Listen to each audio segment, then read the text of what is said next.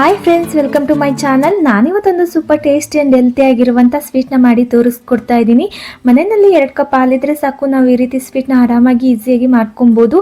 ಹಾಗಿದ್ರೆ ಬನ್ನಿ, ಈ ರೀತಿ ಸ್ವೀಟ್ನ ಯಾವ ರೀತಿ ಮಾಡ್ಕೊಳ್ಳೋದು ಅಂತ ಒಂದ್ಸಲ ನೋಡ್ಕೊಂಡು ಬರೋಣ. ನಂತರ ನಾನಿಲ್ಲಿ ಒಂದು ಪ್ಯಾನ್ಗೆ 2 ಕಪ್ ಆಗುವಷ್ಟು ಹಾಲನ್ನ ಹಾಕೊತಾ ಇದ್ದೀನಿ.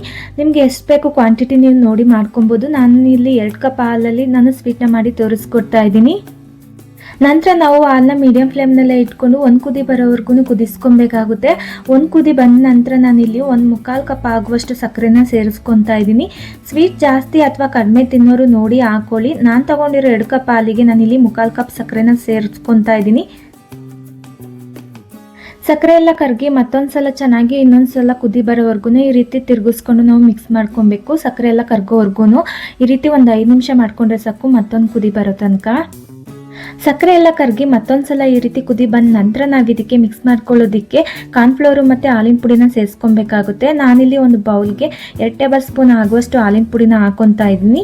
ಹಾಗೆ 4 ಟೇಬಲ್ ಸ್ಪೂನ್ ಆಗುವಷ್ಟು ನಾನಿಲ್ಲಿ ಕಾರ್ನ್ಫ್ಲೋರ್ನ ಸೇರಿಸ್ಕೊತಾ ಇದ್ದೀನಿ. ಇದ್ರ ಜೊತೆಗೇನೆ ನಾನು ತಗೊಂಡಿರೋ 2 ಕಪ್ ಹಾಲಿಗೆ ನಾನಿಲ್ಲಿ 4 ಟೇಬಲ್ ಸ್ಪೂನ್ ಆಗುವಷ್ಟು ಕಾರ್ನ್ಫ್ಲೋರ್ನ ಸೇರಿಸ್ಕೊಂಡಿದ್ದೀನಿ. ನಂತರ ಇದಕ್ಕೆ ಒಂದು 1/4 ಕಪ್ ಆಗುವಷ್ಟು ಹಾಲನ್ನ ಹಾಕ್ಕೊಂಡು ಇದನ್ನು ಚೆನ್ನಾಗಿ ಕಂಟಿಲ್ದೇ ಇರೋ ರೀತಿ ಮಿಕ್ಸ್ ಮಾಡ್ಕೊಬೇಕು.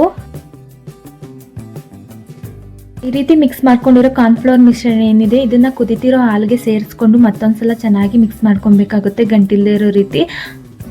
ಕಾರ್ನ್ಫ್ಲೋರ್ನ ಹಾಗೆ ಕೂಡ ಹಾಕೊಬಹುದು, ಆದರೆ ಡೈರೆಕ್ಟಾಗಿ ಹಾಕೋದ್ರಿಂದ ಗಂಟು ಬರೋ ಚಾನ್ಸಸ್ ಇರುತ್ತೆ. ಅದರಿಂದ ನಾವು ಈ ರೀತಿ ಹಾಲನ್ನ ಮಿಕ್ಸ್ ಮಾಡಿ ಹಾಕೊಂಡ್ರೆ ಯಾವುದೇ ರೀತಿ ಗಂಟು ಕೂಡ ಬರೋದಿಲ್ಲ. ನೋಡಿ, ಈ ರೀತಿ ಒಂದು 5 ನಿಮಿಷ ನಾವು ಮೀಡಿಯಂ ಫ್ಲೇಮ್ನಲ್ಲೇ ಇಟ್ಕೊಂಡು ಕಾರ್ನ್ಫ್ಲೋರ್ ಮಿಶ್ರಣ ಎಲ್ಲ ಮಿಕ್ಸ್ ಆಗೋವರೆಗೂ ನಾವು ಮಿಕ್ಸ್ ಮಾಡ್ಕೊಬೇಕು. ನೋಡಿ ಎಷ್ಟು ಬೇಗನೆ ಗಟ್ಟಿ ಬರ್ತಿದೆ ಅಂತ. ಕಾರ್ನ್ಫ್ಲೋರ್ ಬೇಗನೆ ಗಟ್ಟಿ ಬರೋದ್ರಿಂದ ಮೀಡಿಯಂ ಫ್ಲೇಮ್ನಲ್ಲೇ ಇಟ್ಕೊಂಡು ಕೈ ಬಿಡದಂತೆ ತಿರುಗಿಸ್ಕೋಬೇಕು, ಇಲ್ಲ ಅಂತಂದರೆ ಗಂಟು ರೀತಿ ಬಂದುಬಿಡುತ್ತೆ. ಈ ರೀತಿ ಒಂದು 5 ನಿಮಿಷ ಮಾಡಿಕೊಂಡ್ರೆ ಸಾಕು, ಬೇಗನೆ ಗಟ್ಟಿ ಆಗುತ್ತೆ.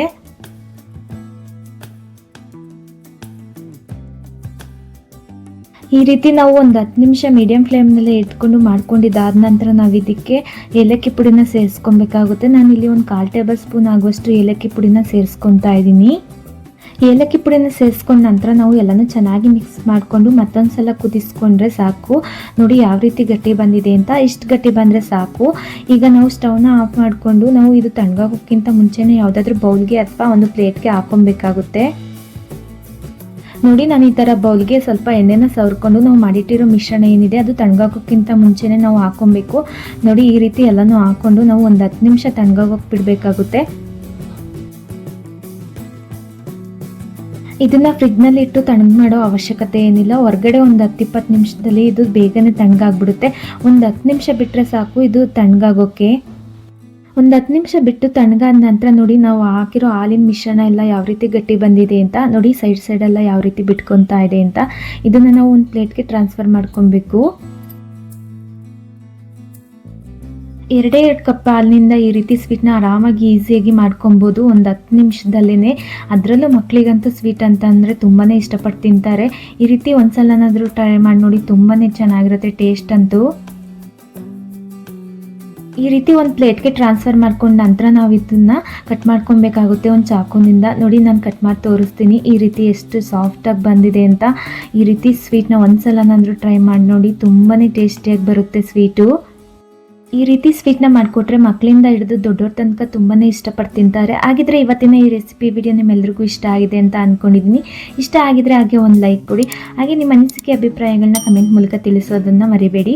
ಹಾಗೆ ಇನ್ನೂ ಯಾರೆಲ್ಲ ನಮ್ಮ ಚಾನಲ್ನ ಸಬ್ಸ್ಕ್ರೈಬ್ ಮಾಡ್ಕೊಂಡಿಲ್ಲ, ಪ್ಲೀಸ್ ಸಬ್ಸ್ಕ್ರೈಬ್ ಮಾಡ್ಕೊಳ್ಳಿ ಅಂತ ಹೇಳ್ತಾ ಸಿಗೋಣ ಮತ್ತೊಂದು ಡಿಫ್ರೆಂಟ್ ರೆಸಿಪಿ ಜೊತೆ ಅಂತ ಹೇಳ್ತಾ ಥ್ಯಾಂಕ್ಸ್ ಫಾರ್ ದ ವಾಚಿಂಗ್.